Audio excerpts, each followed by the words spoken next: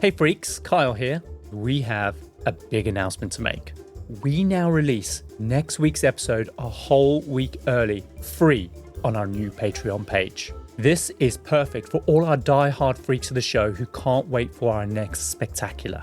So come one, come all, and become a certified freak by joining us over on Patreon. Now, let's go on with today's show. They have collectively sold 30 million records across all of their albums, and they have made Lou Pearlman literally hundreds of millions of dollars in revenue. And there is no question that the Backstreet Boys are the biggest band in the world. But even after all of this success, they still haven't received a paycheck. How have they not got a paycheck?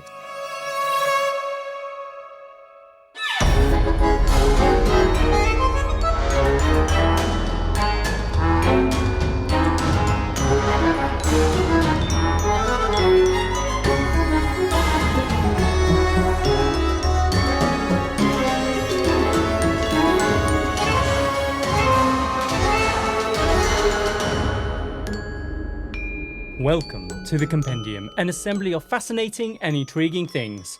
We're a weekly variety podcast where each week I tell Adam Cox all about a topic I think you'll find both fascinating and intriguing.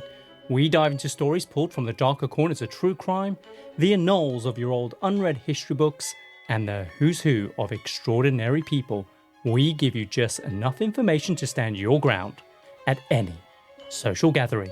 I'm of course your ringmaster this week, Kyle Risi.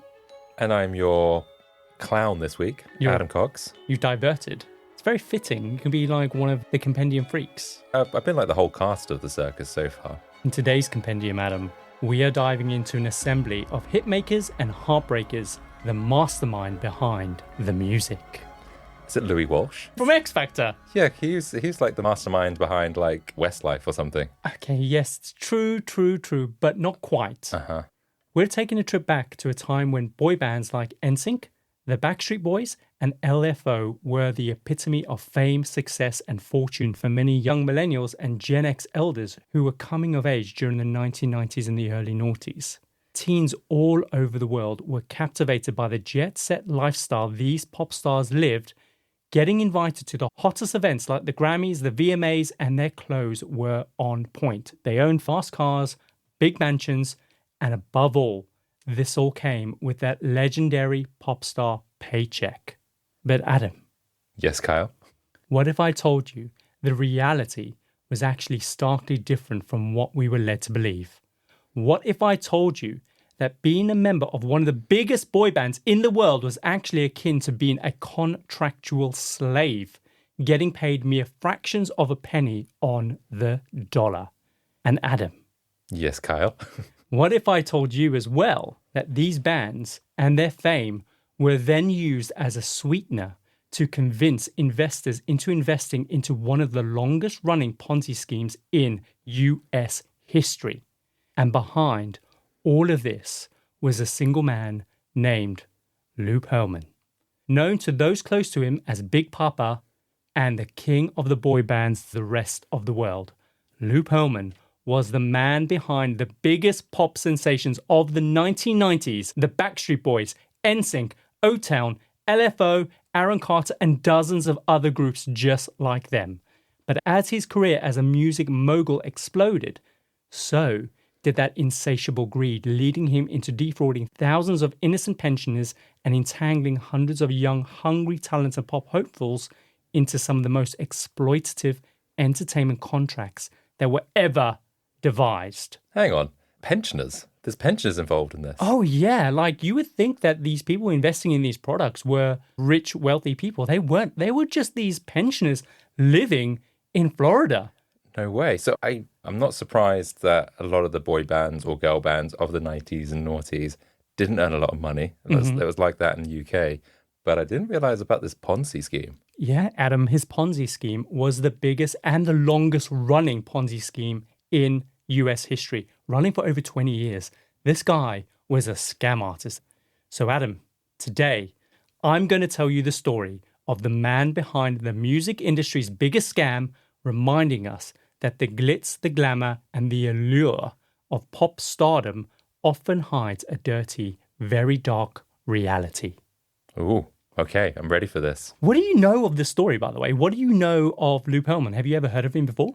I think I'm getting confused with Rob Pearlman or Ron Pearlman. You know, the guy that looks like a cat. He looks like Keith. Yeah. He looks exactly like Keith. Keith is the cat version of Ron Pearlman. Yeah. He was in Hellboy, wasn't he? Yeah, yeah. Yeah, so we're not talking about him. No, That's not we're Lou Pearlman. No, to be fair, no, not a lot. I was never really into NSYNC or Backstreet Really? Boys. Or Really? anything. Yeah. Adam, that was my next question because I was going to ask you, what was Muscly Adam listening to in the early 1990s? What bands were you fangirling over? Fangirling over. I probably liked Steps and S Club 7. That's kind of... Adam, that's poor. Well, it's UK. I just wasn't into like NSYNC. NSYNC was rubbish They in my were- mind. You take that back. I will not take that back. For me, it was Backstreet Boys and NSYNC. I mean, for a while, I did dabble with Boyzone, but it was too cliche. Like, who calls themselves a Boyzone?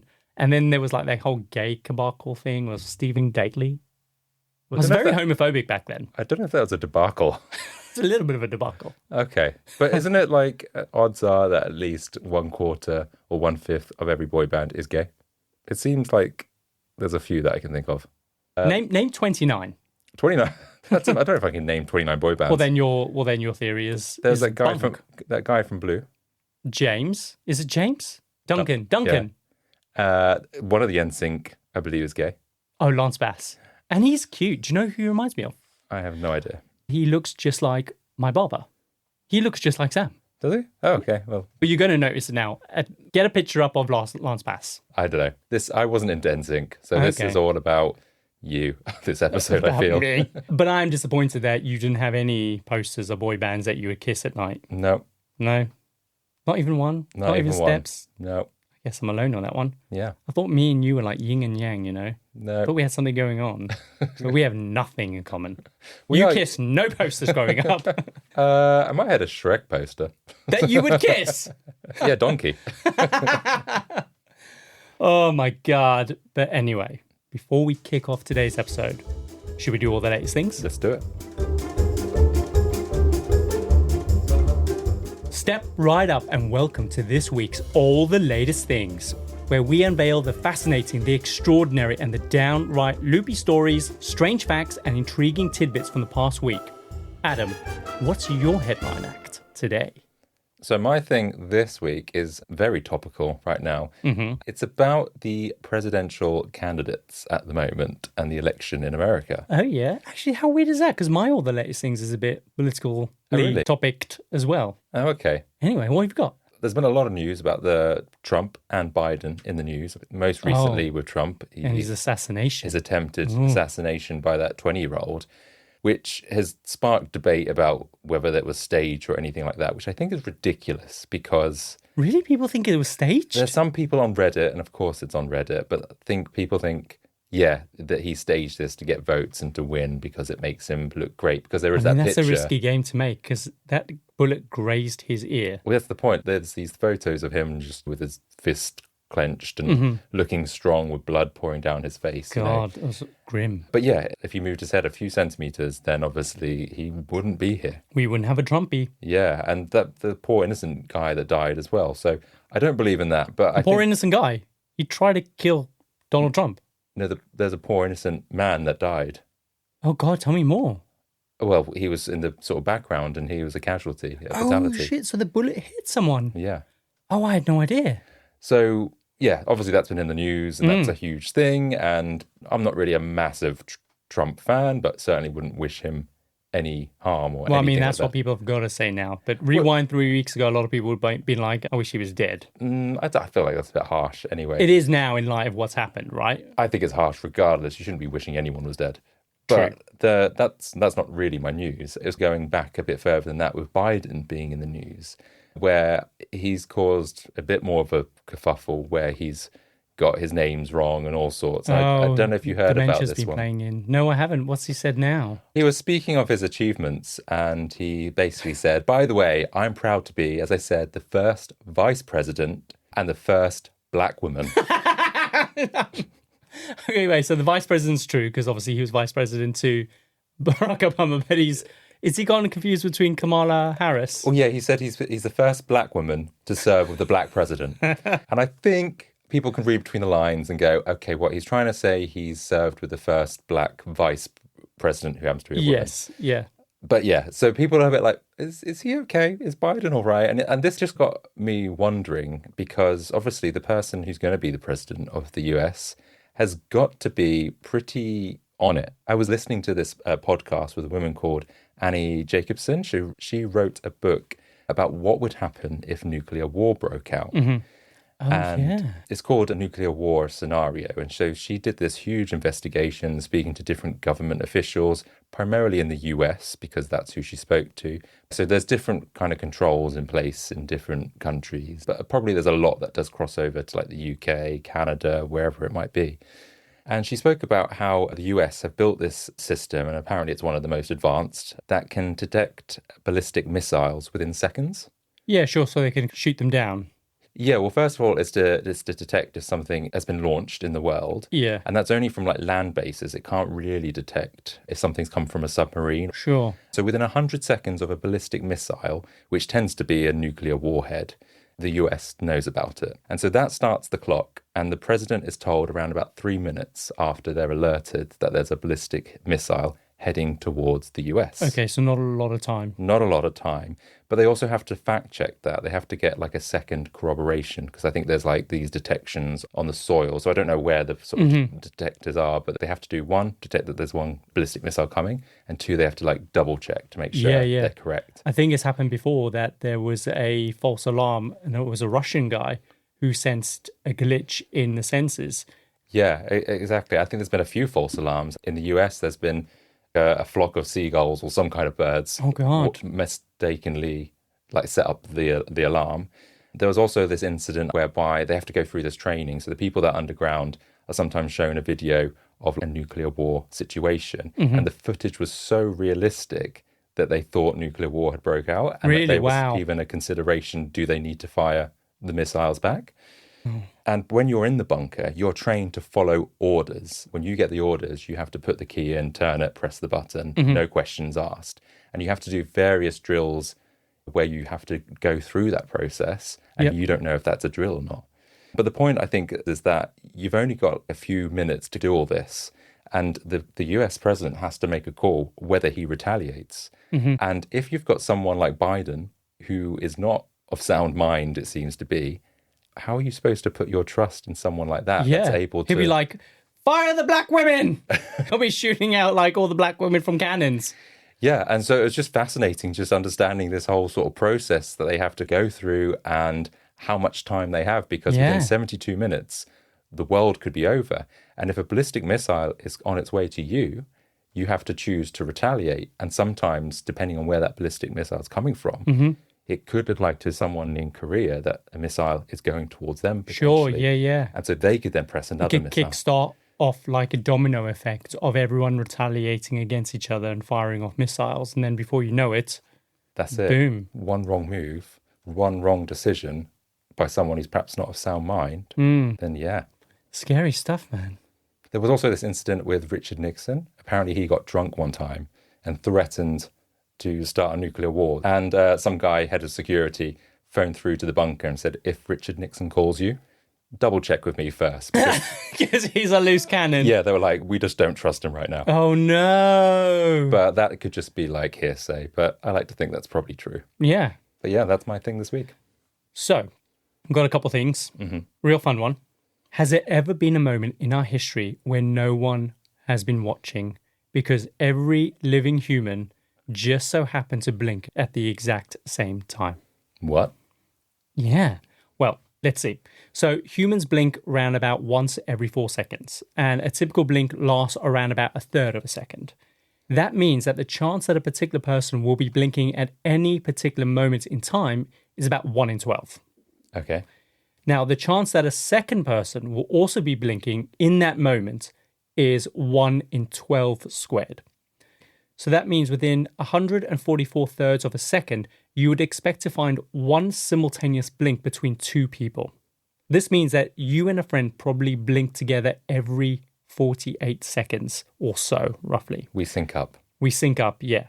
But 3 people will only blink together about once every 10 minutes. Okay.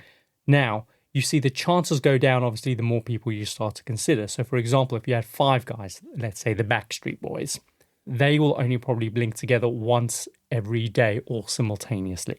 Right. So you can see what we're doing in here, right? We're factoring it up. Now, 22 people will blink at the same time once every 6 quadrillion years. What, 22 people? 22 people. Wow, those odds or whatever chances are sky high now. I know, it's mental. So for 8 billion people, the number of years we would have to wait for a simultaneous blink amongst that many people is a number followed by 8 billion zeros. That's not a number that exists in terms of you can't say that. No, you'll be here for a long time. So it's pretty much impossible. So basically, we have never all blinked together, which means we're always watching. What about when there was just Adam and Eve, and that way everyone in the world would have blinked quite a lot? Probably, but those times are gone now, Adam. It's a very different world now. Fair enough. So as you know, we've just had the election here in the UK, and it just so happens to be coinciding with the opening of Parliament for the upcoming parliamentary year. Now, of course, the big highlight of the opening of Parliament is, of course, the opening speech from King Prince Charles. King Prince Charles. King Prince Charles, yeah, that's his name, official name. And of course, we'll see him in all his robes, he'll be wearing the imperial crown, and he'll be outlining the agenda and the policies of the government for this year. And of course, this year's ceremony is a big deal because, of course, we now have a new Labour government and people are keen to see what they've got planned. But what I want to talk about is the pomp and pageantry around this event, specifically the role of the King's aide called Black Rod, who has a door slammed in his face on purpose. What? So apparently this dates back to King Edward III back in 1305, right? So the medieval period. So this person is called Black Rod, and he is supposed to walk up to the Parliament chamber door, and someone is supposed to ceremonially slam the door in his face, which is supposed to signify the Commons' independence from the monarchy. So when they slam it, it's like saying, "Keep out, King Prince Charles." And they still do that pretty much every year. And of course, once the door is slammed in Black Rod's face, Black Rod, who can be anyone, it can be like a female or man, they're just dressed ceremonially in this outfit. Right, okay, I was going to say anyone could be one. So they then knock on the door of the Commons chamber with the black rod that they're holding, which is like a walking cane, essentially. And then the door is opened, and then Black Rod will then announce that the King commands everyone's presence in the House of Lords. And then he will deliver his King's speech. And that is what happens. And that's what happened just yesterday. This has been going on for like 700 odd years. Mm-hmm. Maybe we just don't need to do this anymore. Get this. There's another bit of pomp and pageantry that I just love. So before the King comes to Parliament, and this still happens today, he will take a member of Parliament hostage. What? And he will lock them in Buckingham Palace. So he physically does this, or does he get some help? Obviously, he'll get his cronies to do it. It's obviously a bit different today. So the hostage is invited to Buckingham Palace, and they will stay there until the opening of Parliament is done. But instead of locking him up, he's obviously treated as a guest. He's given biscuits, he can have a gin and tonic. He can literally just walk around the palace. He's given a license to do what he wants. He is not allowed to leave under any circumstances until the King comes back to the palace safely. And of course, this symbolizes, obviously, the instability between the monarchy and Parliament in the past. And it goes all the way back to Guy Fawkes. And is meant to ensure that the King is not harmed, as what happened to Charles I just before the Reformation, where he was executed. So this is a kind of a way of ensuring that the King isn't then seized and then murdered or executed, because we have one of their own. We've got one of their members of Parliament as hostage in exchange. Right, so this is so stupid. It is so dumb! So ever since this Charles I got executed, they were like, okay, so the government doesn't overthrow the throne ever again. We're going to keep one of you hostage. And did they used to actually keep them in prison? Or they would lock them up, yeah. But now it's obviously very different. Yeah. But apparently, they also keep an SAS soldier on hand at Buckingham Palace to shoot the hostage if he acts up. Of course, that part is ceremonial, but he's there. And a guy who previously acted as the hostage under Queen Elizabeth says that when he mentioned his anxiety to the head of the armed forces, the head of the armed forces reassured him that if anything happened to the monarch, they would act very quickly and they would just shoot him. Right. What? This is just so dumb. It's crazy. And he wasn't kidding either. Obviously, all of this is just ceremonial, but it's nuts that we still do all this pomp. And I personally think it's amazing. Is it like, if we don't do it, something could go wrong? And we've been doing it for this long that we don't want to jinx it. No, I think it's just tradition. We're so heavy on tradition when it comes to the royal family that they just keep doing it. Like slamming a door in Black Rod's face? Yeah. And that was only the tip of the iceberg. There's so much more that they do, which we can't go into because that's all the latest things.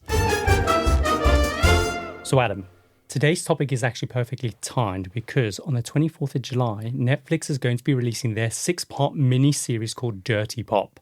And that is going to dive into all the hidden scandals and secrets of some of the biggest boy bands in the world. And I see that they're going to be doing a little bit on Mr. Lou Pearlman, which we're covering today. So it's very timely. It's almost like you planned this. Like we planned this. God, and it's out tomorrow? Out tomorrow, or the 24th. I don't know when this episode is going to be released. 23rd's Tuesday. Oh, okay. Well, let's hope. If I can get my scheduling right? But yeah, it looks really good because they're going to be hopefully blowing the lid on some of the other dirty, juicy scandals. And I'm just totally living for it. And if you're obviously listening to this episode on release day, then make sure you check that out the day after because I just have a feeling it's going to be so good. But when I was a kid, I was the biggest closeted Backstreet Boy fan ever.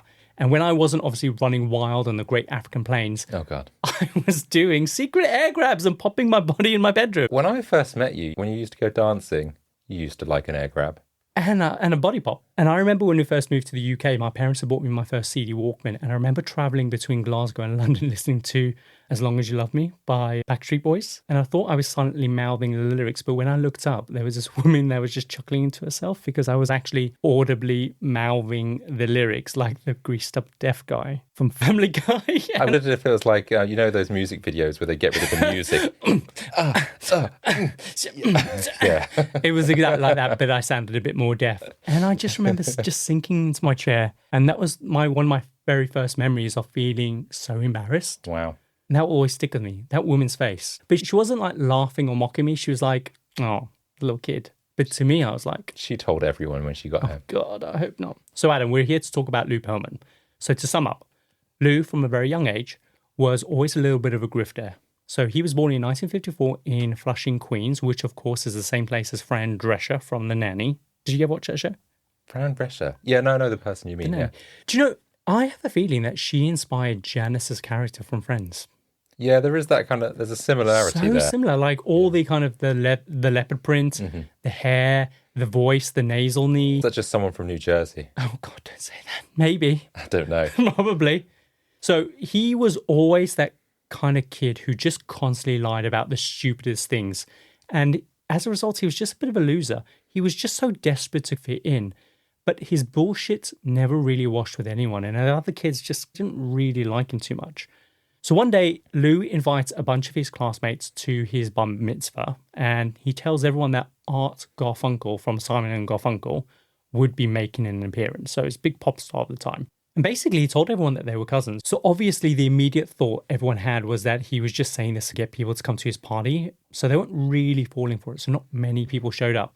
The few who did were gobsmacked when, lo and behold, none other than the real-life Art Garfunkel actually showed up and everyone was really impressed. And following this, for the first time in Lou's life, he became incredibly popular, despite obviously still being that bullshitting type. People just ended up just tolerating him more because, of course, he was that guy who was obviously the cousin of Art Garfunkel. Now, growing up, Lou lived near Flushing Airport, where he would often watch the blimps coming in and going from the airport, and he started to become really fascinated by them. And after finishing college, he decided that he wanted to start his own blimp company where he would lease promotional space to various brands and businesses. So to get skilled up, he goes off to Germany, he spends a bit of time with a major airship construction company, learning all the ins and outs of blimps, essentially. That's pretty niche. It is very niche. And what's the ins and outs of blimps? I don't know, the air. Packing in the box. Make sure it doesn't blow up. Yeah, I don't know. Making sure you don't accidentally fill it up with hydrogen. Yeah. He definitely listened to our episode on... No, he hasn't. It hasn't been released yet. It's not been released yet. On the Hindenburg, I was going to say. Well, if you're a freak of the show, you'll know that on Patreon it is on its way. But anyway, when he returns, he uses his connection with the German blimp company to convince a bunch of people that he was basically a blimp mogul. And once enough people were convinced, he set up a limited company called Airship Enterprise, and he closes a few local businesses to advertise on the side of his blimp. His first contract was with Jordache Jeans. The problem was that he didn't actually own a blimp yet. But now that he had the money from Jordache Jeans, his plan was to build one. So he gathers a bunch of his friends to help out. They paint Jordache Jeans on the side, and once it was ready, it's launched up into the sky, but almost immediately it comes crashing down into a rubbish dump and is completely destroyed.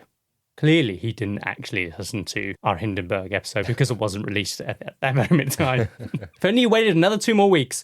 But it was okay because, as luck would have it, Lou Pearlman had the foresight to insure the blimp for a whopping $3 million. And so he managed to get this payout? Mm-hmm. Suspicious much? I feel like sabotage. He did this on purpose. Like, I think so. Maiden voyage of your blimp and it doesn't go well, but you just so happen to have $3 million?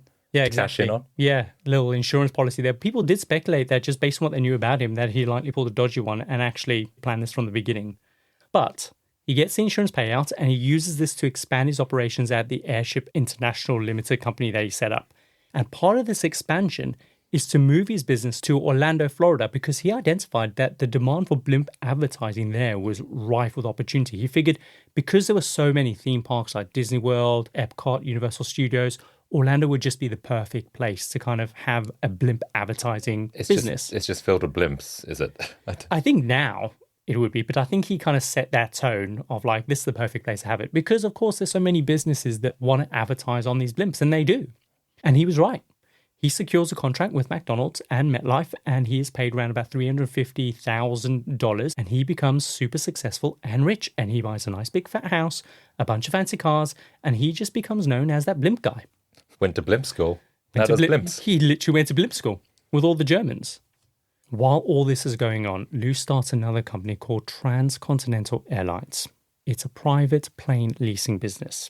But it turns out that the company only exists on paper, and it never actually owns any planes whatsoever. So to convince people that this is obviously an airline, he has this little 6-inch kind of model airplane with the words Transatlantic kind of airlines on it. Mm-hmm. And he takes it to the local airport and he holds it up very carefully and he takes pictures of it as if it's coming in and then taking off. So it's quite clever. And the purpose of this business is to essentially attract investors to whom he can sell stock options to. And to make all this seem legit, he falsifies a bunch of insurance documents, which he shows to investors alongside his stupid pictures to kind of build up that confidence. And over the span of 20 years, he gets hundreds, thousands of investors investing in this fake business that they think is an airline leasing company. So again, another sort of dodgy operation. That's it. Well, this is going to be the main dodgy operation that he undertakes, but I want to set the tone now so you understand the different types of businesses he's getting involved in. So it's quite a weird jump to go from what he's doing here with blimps and this fake business. Is it? To they both deal with like air stuff. Oh, you mean boy band stuff? Yeah, sorry, that's the jump. Oh, okay. Well, so in the 1990s, Lou is hired to transport the new kids on the block on a number of their kind of tour dates. Oh, okay. And this is where he gets introduced to the boy band phenomenon. He gets chatting to their management and he is just astounded by how much money they're making. And he thinks to himself, yes, I need that. I need that in my life. And he just becomes determined to build his own boy band. So there's a lot of speculation about what his true motivations were. Some people think that he wanted to be famous himself since obviously his cousin was already a star and he kind of wanted that for himself. But others said it was because he was a bit of a creep because over the years, loads of people, specifically people that were in his bands, had come forwards talking about his inappropriate behavior. Apparently he used to kind of initiate wrestling matches with some of the young kids in the band. No. He would also insist on doling out really uncomfortable massages to some of the boys as well. Was he a homosexual? Well, we're not quite sure. Like, it's very clear that he did have an affinity towards young, good-looking men. I mean, he's definitely crossed the line. If he's their manager and he's giving them massages and touching them appropriately. Well, I mean, it gets worse than that. Like, he wasn't shy about being fully naked in front of them either. Okay, that's weird. No. And there is an allegation that he showed some of the boys how to masturbate, getting them to kind of also then masturbate pay him in return because, of course, they were going on tour. And he was like, you're going to get a lot of attention from a lot of girls. They're going to want to do sexual stuff with you. It's best that you go in there prepared. And then he had to show them. Can you not just like look at a book? Exactly. So who's actually come out and said this about him? There's been quite a number of people. So the first one was kind of Richard Crone from the band LFO. He talks about kind of how Lou would just constantly try to bang everyone. He said this on Howard Stern's podcast, by the way. So he talks about him in the Lorena Bobbitt episode. And I don't get the sense from hearing that recording that he was lying, because it wasn't like he had anything to gain. A lot of other people have talked about how he would often film some of the girls while they were tanning, and then he would use that footage to show the boys as some kind of weird way of bonding with them. So it's quite creepy. He is a massive creep. In 1993, Lou forms Transcontinental Records, and under it, he publishes an audition call in the local Orlando paper. Like, apart from the demand for blimps, Orlando is also like the perfect place to attract a lot of top talent. It's like home to all the theme parks, and with those theme parks, it attracts hungry, young, talented people flocking to Orlando to try and land some of these jobs in these kind of entertainment businesses. Yeah, blimps and entertainment, Orlando. Everyone knows that. So this essentially just makes it the entertainment capital of the world. Famously, the Mickey Mouse Club is there, which gave us huge stars like Britney Spears, Justin Timberlake, Christina Aguilera, Ryan Gosling. They all started their career there. So with thousands of young people coming to Orlando to make it big, Lou just has to post an ad, and thousands of already talented, good-looking young kids are ready to just apply an audition. So on the day, they all meet at an airplane hangar that he hires. And after a ton of audition rounds, he picks 5 boys to form his band. And he literally has a magic formula that he is trying to apply to the selection process. He needs 5 members, each filling a very specific personality type, like the heartthrob, the shy one, the bad boy, the cute young one, and the older brother type, etc. And on top of that, they need to just harmonize well together and be capable of a kind of synchronized choreography. And today we think about boy bands and how this just seems so obvious. But back then, Lou perfected this formula, essentially. He was the one who defined what it was to construct a boy band. He did it really well. He cracked the formula. If anyone else did it in the past, it was just purely by chance or by luck. They never analyzed what it was that made the perfect boy band. How did he come up with the formula? Did he ever sort of reveal that? Or is it just some kind of like gut instinct that... I don't know. I think it was a gut instinct. Yeah, I think he just studied it. He looked at boy bands that did really well, and then he just applied it. And don't get me wrong, he didn't get it right first time. He tried to assemble loads and loads of bands, and it was a numbers game for him. But this formula was perfected through that, and he pretty much through trial and error discovered what it takes to build a brilliant boy band. Right, okay.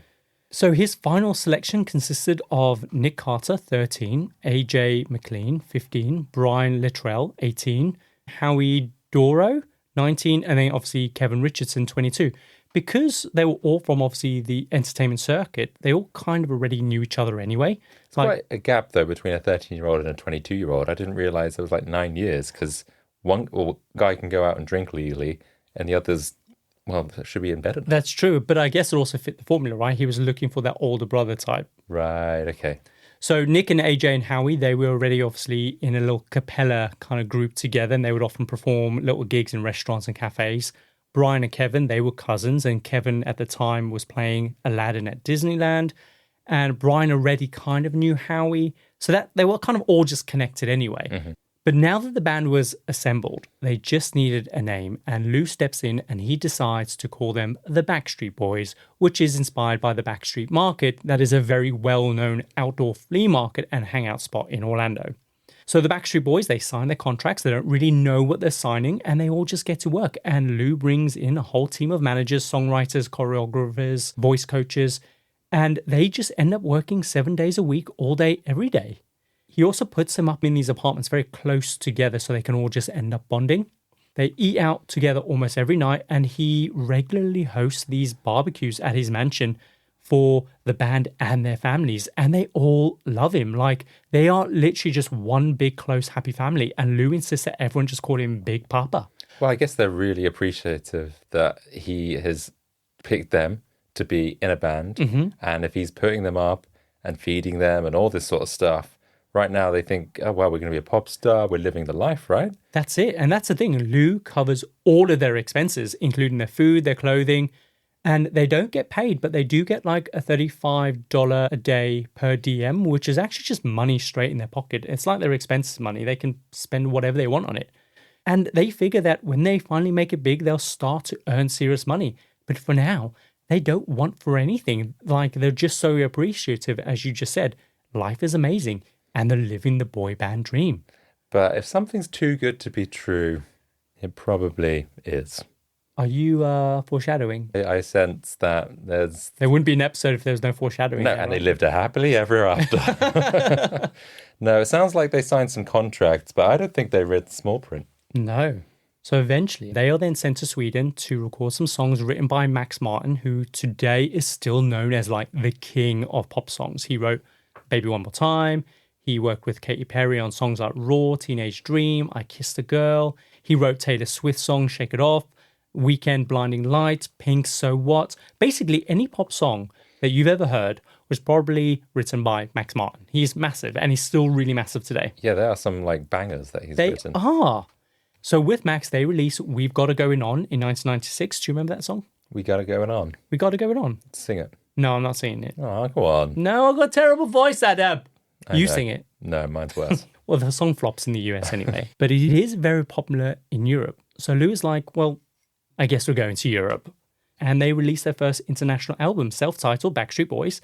And they book a 37-stop European tour. And throughout 1996, they sell 8.5 million records with hits like Quit Playing Games with My Heart and Anywhere for You. And they are just superstars in Europe. But they're completely unknown in America. I had no idea about that. So they basically became famous over here first. That is right. Yeah. No way. I mean, I know they used to be on like SMTV or the equivalent and stuff like that back then, but no idea that they weren't famous in their own country. It's just crazy. And like their success just keeps coming. They released Backstreet's Back in 1997, again in Europe, which reaches #1 all over. And they just get mobbed by thousands of screaming fans wherever they go. But again, they're still unknown in the USA. And when they go home, they're like literal nobodies. Nobody even gives them a second glance, which must be just so weird to rationalize. Like, you're getting mobbed by thousands of screaming young girls in the UK after you come out of Harrods, and then you go into Walmart and no one even cares who you are. To be honest, that might be quite nice because they always say, oh, you get fed up of fame. But to be able to travel away and be famous and do that whole fame thing and then go home and just like chill out with your mum and dad. I get what you're saying, but I think it needs to be the other way around. You're famous in your home country, and then abroad you're not. So that's you can go abroad to get some peace. Yeah, maybe. That's more validating if you are famous in your home country. Yeah, and the whole thing is breaking America, isn't it? So they haven't broken their own country. What does it say about them? Yeah. That's definitely not validating, is it? But eventually, the US does take notice. So Lou preps the boys for their big American launch. They combine all of their most popular songs from their 2 international albums, and they release a debut album in America, which goes straight to #4. And to Americans, it feels like they just appeared out of nowhere. They're like unicorns because they just already seem so polished and perfect for a brand new band that's just sprung out of nowhere, right? They've been doing this for like 3 years. Exactly. Whatever. But of course, they've been brewing slowly in Europe for the last few years. So they were really well practiced already. And US girls completely became consumed with their music to the point that their international albums boomed even more because all the US fangirls wanted to collect all of them. These are the type of fans that just become hysterical, that whenever they see them, they're like crying and just Fainting. uncontrollable. Yeah, Yeah. fainting. Probably. These girls are just unhinged. I don't... I mean, they're young and they're excitable, but I don't think I've ever been that excited by someone or something that has made me want to pass out. I guess I never got the opportunity to do that because I was a closeted homosexual. So I had to keep that all bottled up. But I do wonder if I was allowed to liberate that side. Like, what would I have been like? I had to conceal everything down to just a quick kiss at night on my poster. I mean, you're pretty dramatic now. So, yeah, I imagine that you would be. It'd been unbearable. Yes.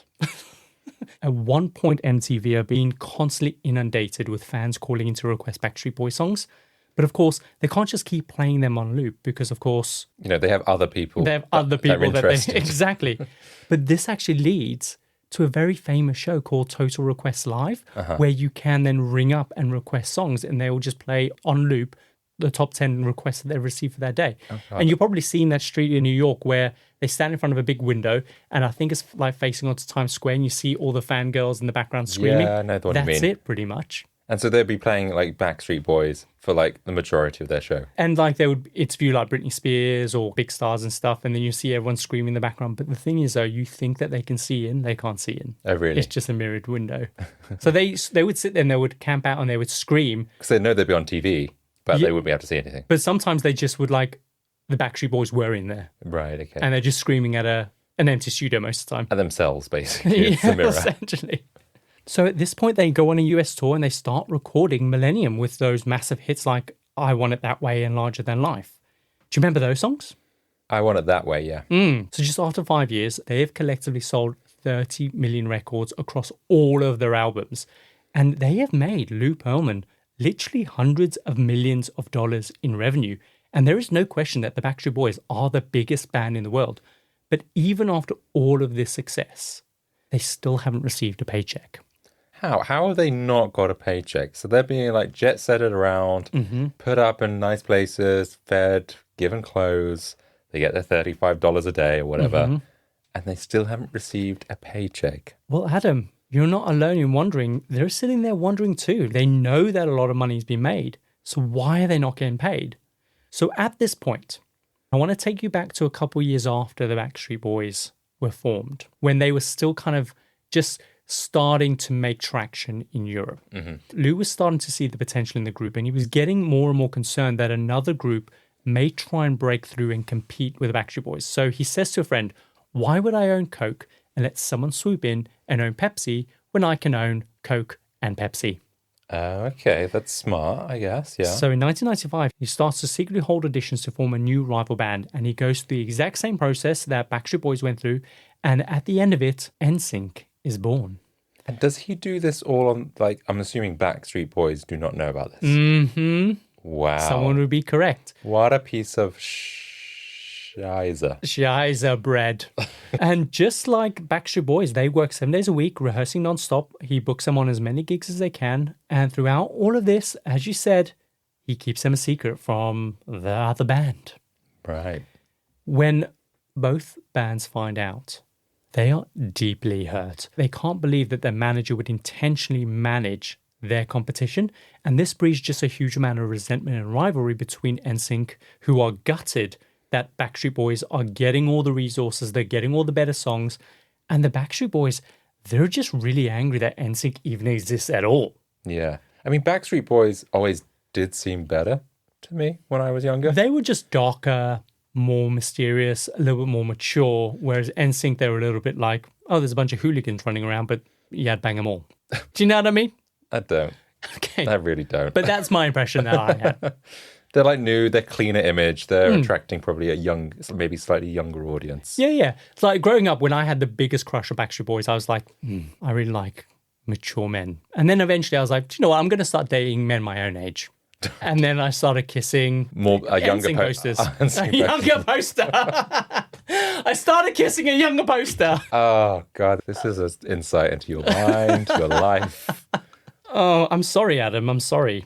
So Lou starts poking the bear even more because he sees this rivalry as an opportunity, because for the first 3 years of NSYNC's existence, they really struggled. They were just not on the same level as Backstreet Boys. So Lou figures that if he pushes this rivalry between them, the media will think that they're equals, which in turn would elevate NSYNC's profile. And it works, but it just makes them hate each other even more. But it's smart what he's done to try and elevate NSYNC's profile. He's quite a shrewd businessman then in terms of what he's doing here. He's rich and he's successful, so he must be doing something right. Yeah.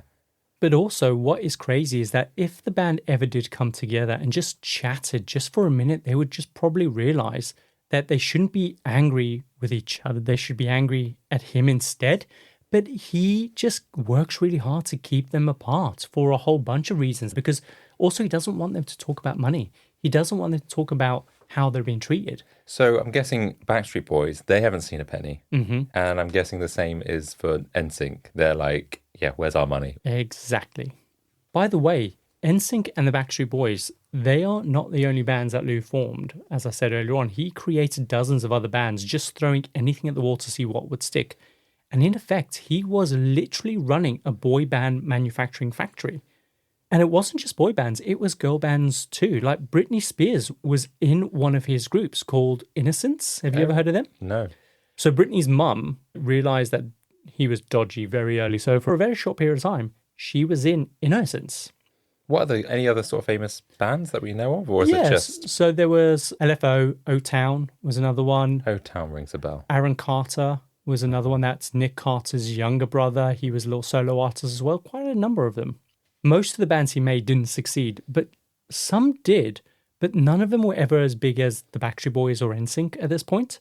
But then, one day, the Backstreet Boys cancels an appearance at a show that they're booked on, and in their place, Lou sends NSYNC, and this is the moment they take off, because millions of teenage girls instantly see them, and then they divide themselves into either Team NSYNC or Team Backstreet Boys. And as a result of this sudden kind of boom in their fame, they go on an international tour and they release a new album, including hits like Tearing Up My Heart and I Want You Back. And that album goes to number 2 in the charts. And of course, the Backstreet Boys are pissed because their first album... It's number 4, wasn't it? Got to number 4. So they're annoyed. Yeah. So just like Backstreet Boys, NSYNC were on the same kind of system where all their expenses were being paid for by Lou. Similarly, the understanding was once they make it big, they'll finally get a big fat paycheck. And just like the Backstreet Boys, Lou sensed that they were beginning to become incensed about the whole situation because they could essentially see the profits that the band was bringing in, but they weren't getting any of it. So to get ahead of this, Lou sends NSYNC and their entire family an invite to a big fancy dinner. And it's understood that this is the moment that they are finally going to get paid for all the hard work that they've done over the years. So what's made them think that just an invitation, or they think, oh, this must be it? I think there's been murmurings and discussions. So they're all speculating how much they might receive. At a minimum, they think it's maybe $1 million each, but probably between $5 to $10 million based on the sales that their albums have made. So they arrive at the dinner and they walk into the dining room and they see a silver cloche on each of the kind of set placings where they're sitting with a big fancy envelope underneath. They are literally salivating with anticipation. When they open up the envelope, it's a mere check for $10,000. Their hearts immediately sink. They do not want to come across obviously as ungrateful, but considering all the years that they put in, the countless hours that they have slogged, $10,000 didn't even cover minimum wage. And they're confused, they're angry, and they realize in that moment that they're being scammed. They are so miffed that later back at the hotel, Lance just rips up his check. He doesn't even want it. Well, yeah, because you're kind of like, great, 10,000. So is this for what, yesterday's work? Exactly. Or Sunday's work? Yeah. Oh, the rest is going to come to me later, right? Yeah. No, that was it. So a little while later, the Backstreet Boys and NSYNC are set to play against each other at a charity basketball game. Now, this is a massive deal. Essentially, remember, they're mortal enemies. But since it's for charity, they decide that they're going to put their differences aside for the day. And after the game, they all go to McDonald's for dinner, they get chatting, and the topic of payment comes up. And they discover that Lou did the same thing to the Backstreet Boys, paying them a pathetic $10,000 despite making him literally hundreds of millions of dollars. Why are they still doing this? I guess it's very easy to walk away with fame and they perhaps still think they are going to get something. But they've been doing this for years and have It's no because money. they're hopeful and they're grateful for the opportunity, but at the end of the day, they need money. So in response, both groups decide that we need to get a lawyer to look through our contracts. And when they do, the lawyers point out that these are some of the worst managerial entertainment contracts that they've ever seen in their entire lives. Their contracts state that Lou was entitled to payment in 3 ways: as their manager, as the head of the record company, and as the 6th member of each group. What? I know. So I didn't remember seeing him on any posters. Exactly. So were you kissing him at night? No.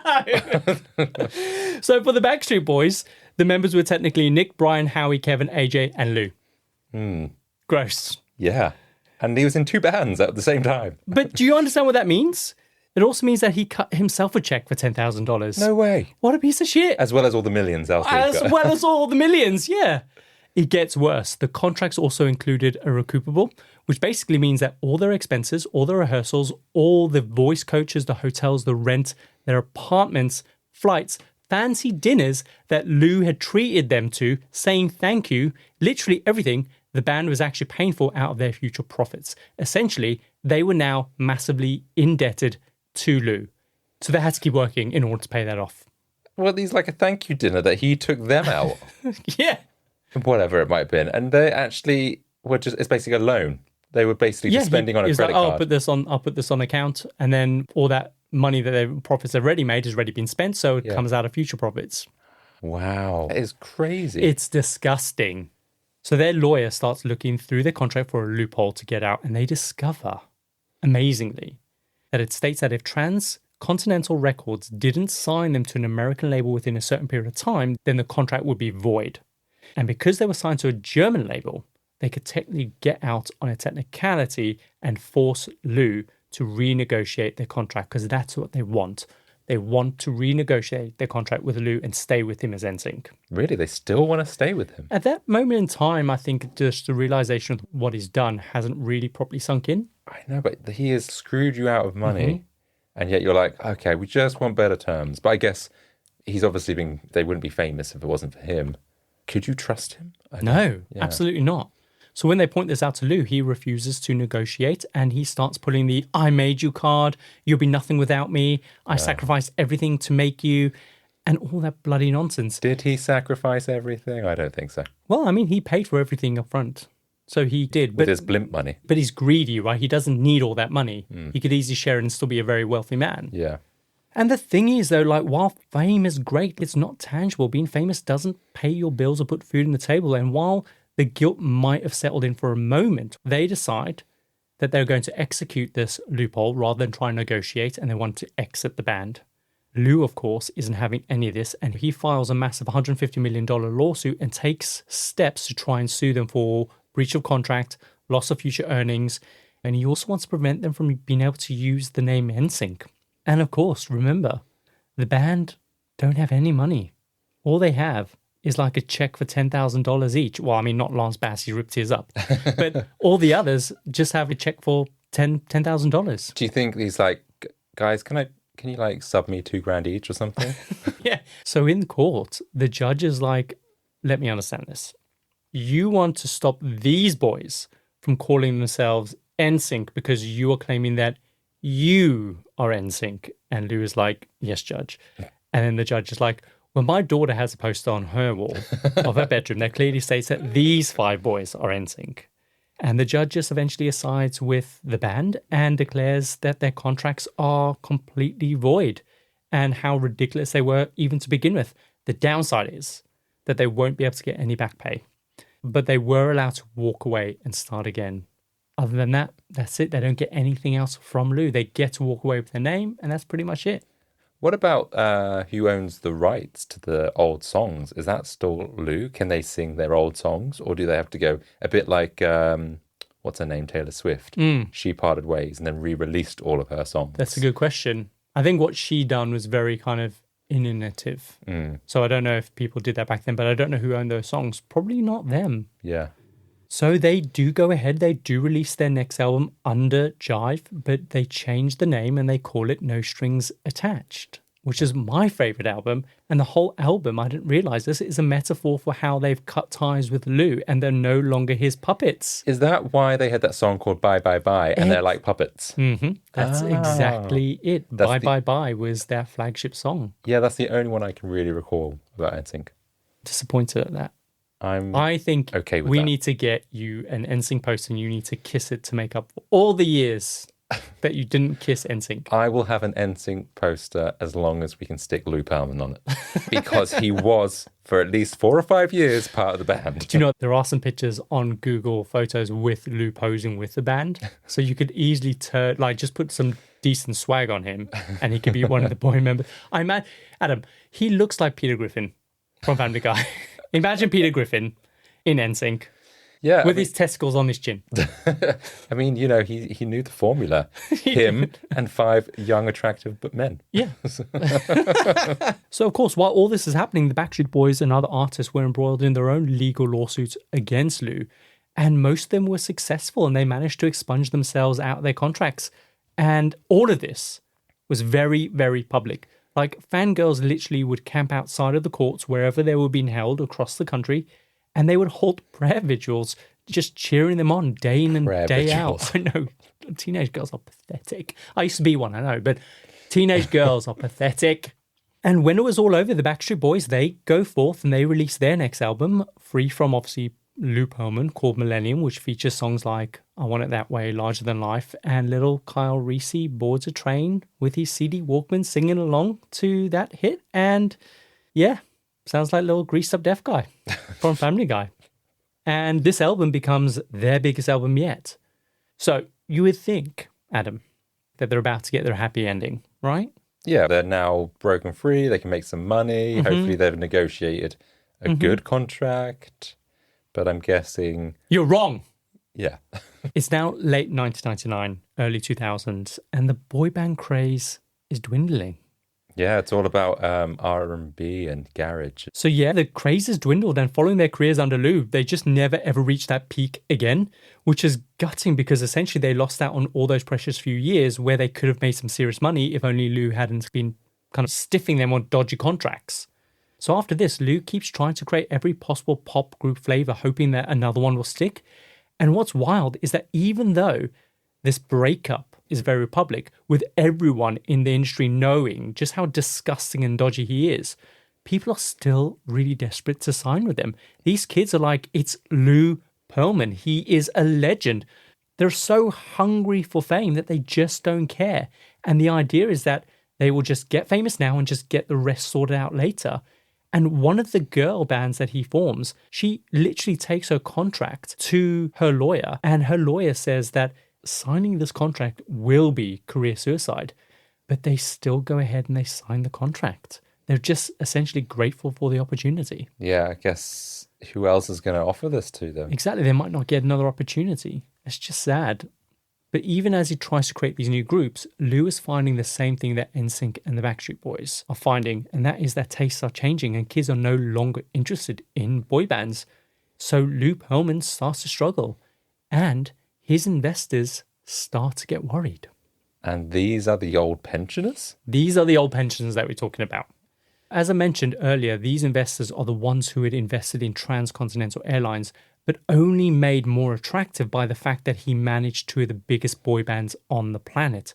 So when they all watched his legal battles unfolding in the media, they all wanted kind of out of their investments because they thought, well, everything kind of hinged on the success of these bands. And if that's no longer there and you're seen to be crumbling, I kind of want to just maybe take just some of my profits out of the investment. People get nervous, like anytime like a bank crashes or whatever. Or of course, just a natural thing. So hang on, did these people think they were investing in aviation or actually boy bands?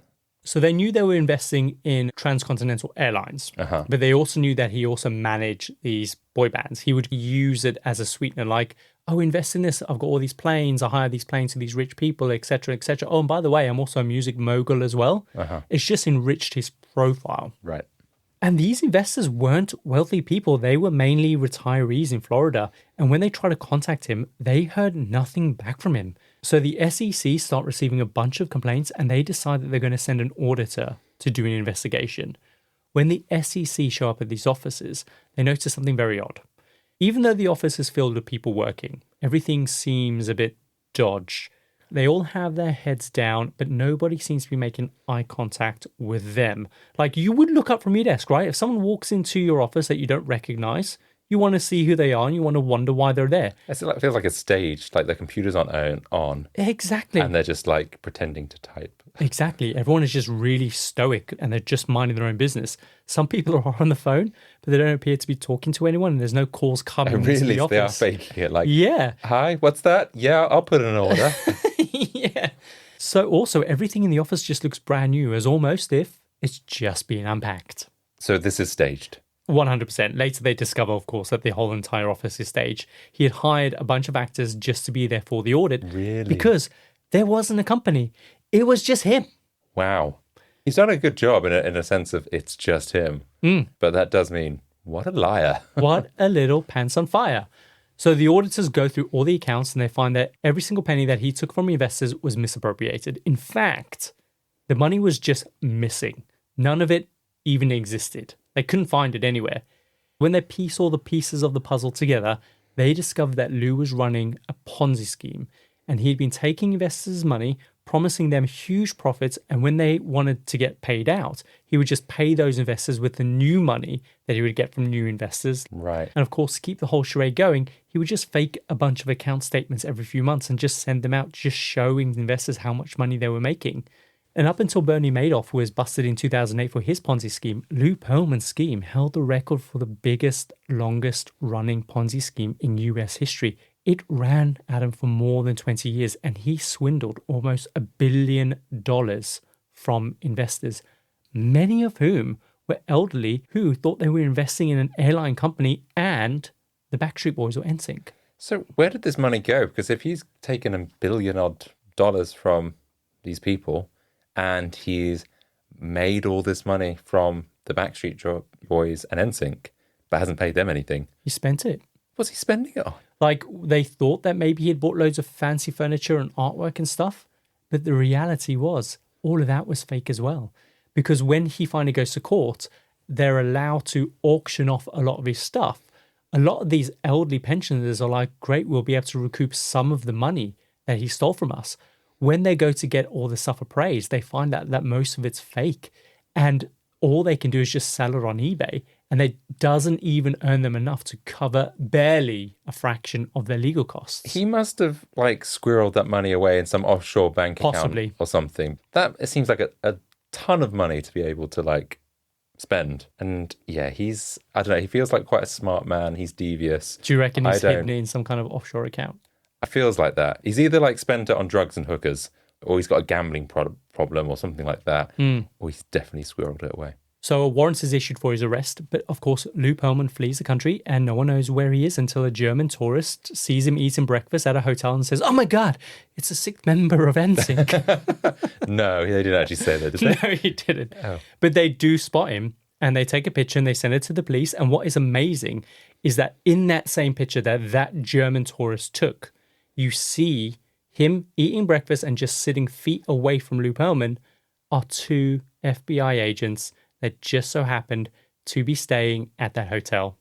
Had they spotted him? They hadn't spotted him.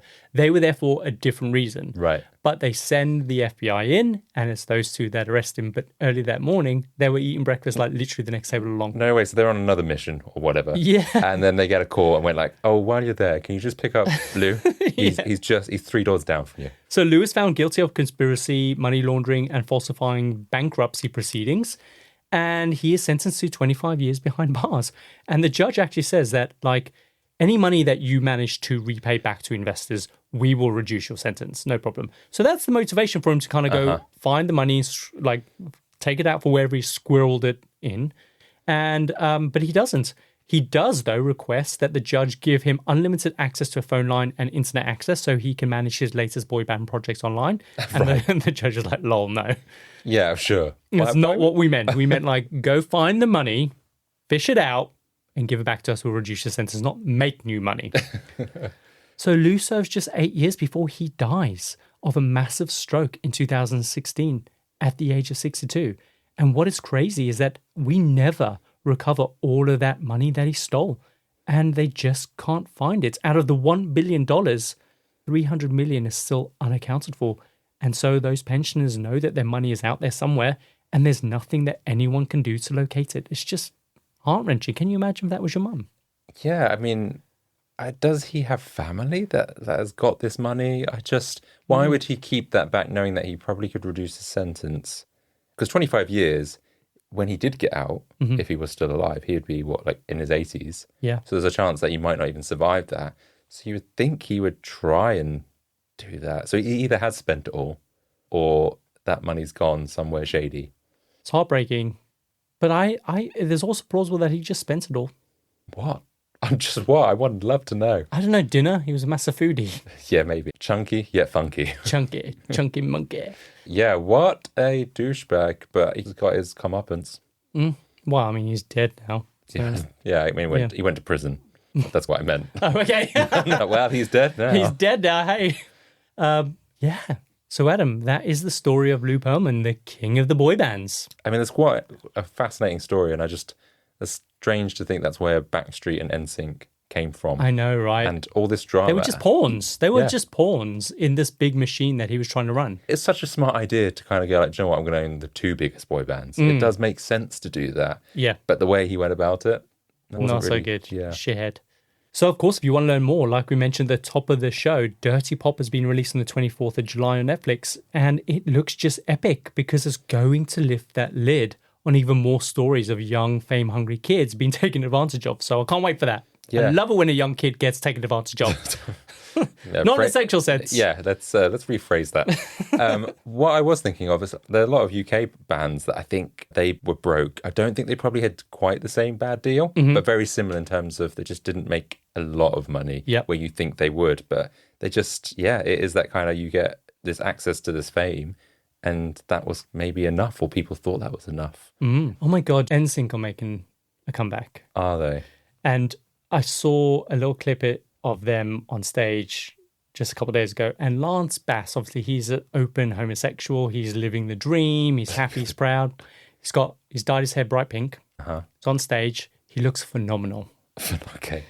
Then there's the other four on stage. Who haven't had all the Botox. They haven't. And they just look like dads. And Lance Bass is just grooving with a bunch of older men. And I'm shocked how well Lance Bass can move and dance. Probably got new in hips. comparison to the others. Today. Lance Bass looks great. He was never my favourite, but now he's my favourite. What about Justin? Is he there? Yeah, he was there as well. He's like got water on the face. He's a bit puffy. He's not sexy anymore. After, when he did solo career, panty dropper. I think we should round this up. There is also the Boy Band Con, actually, which is the story of Lou Pearlman. So that is actually produced by Lance Bass. And Adam, it is so good. It's got all the emotions in it. Various people kind of just share their experience of what it was like working under Lou. And also, they interview Aaron Carter. And Adam, he's like the younger brother of Nick Carter. And it's really difficult to watch because it was very common knowledge within their family that Lou had molested Nick and their sister Leslie, who of course has since died. That's Leslie. I mean, she died from an overdose. But in the documentary, like, Aaron defends Lou. Like, he's like, no, that is not true. That's disgusting. How could anyone say that? I'm like, you're clearly in denial, or you're clearly suffering from Stockholm syndrome. That didn't warrant that reaction that you gave. He's clearly going through some stuff. And also, he's clearly on something as well because... Well, he's died, hasn't he? He died in, I think, May 2022. Was that... I don't know what it was linked to. I know he had drug overdose, I think. Yeah, I know he had some personal sort of problems and stuff like that. Yeah. But, yeah, no, I didn't realise Nick Carter got molested and stuff like that. But when you watch the interview, out of everyone else's reaction, Aaron Carter's was the odd one out. Oh, one last thing that I'll end on. Lou Pearlman used to own, very briefly, the Chippendales. Did he? Yeah. Why do I feel like this rings a bell? Maybe because you did an episode on the Chippendales and you're like, why do I know that? It feels familiar. Yeah, I'm guessing that's after Banerjee. I think it was very close to when he died, so it must have been around about 2008, maybe 2006. I'm guessing after that must have been sold on or whatever, yeah. But yeah, if you enjoyed this type of topic, then we have a few other recommendations in our back catalogue that you might like to, revisit. So Chippendales was my number one thing on the list. Good because, choice. Of course, it's connected. But Sixto Rodriguez as well from Colfax, the man who inspired a revolution. Brilliant artist from America, completely flopped. 2 albums, did nothing. Absolute superstar in South Africa, selling 25 million records. Just incredible story. And actually, his music went ahead and inspired a revolution, bringing down the South African apartheid regime single-handedly. Well, not single-handedly. A lot of the black kind of native South Africans. I think they did that. Yeah. But it inspired white allies to start thinking differently, which is just incredible. And then, of course, the Village People, episode 66, Disco beats, cultural shifts, and gay icons. I really liked that one. Yeah, it was fun. And then, of course, Dolly Parton, episode 33, The Legend Behind the Rhinestones. Do you know what we're missing from that? What? Cher. What, you want to do an episode of Cher? Yeah, why not? Let's do an episode on Cher. If you like Cher and want to hear about Cher, the fact that how she's going to survive the world along with cockroaches. That's so rude and disrespectful. How dare you? What, to cockroaches? No, to Cher. Liken her to a cockroach. You take that back. No, she looks great. She doesn't look a day over 35. She really doesn't. She's literally pickles. I love Cher. But yeah, that's it. Should we run the outro? Let's do it. And that's another episode of the Compendium podcast. If you enjoyed today's episode, please follow us on your favorite podcasting app and leave us a review. It really helps us when you do. Next week's episode is now also available 7 days early on our free Patreon. For more content, though, you can subscribe to our Certified Freaks tier for access to our entire backlog of unreleased episodes. You'll get exclusive posts, sneak peeks. Come along, join. We'd love to hear from you. We release new episodes every Tuesday, and until then, remember, not all that glitters in the pop world is gold. Sometimes it's just a very cleverly disguised Ponzi scheme. See you next time. Bye.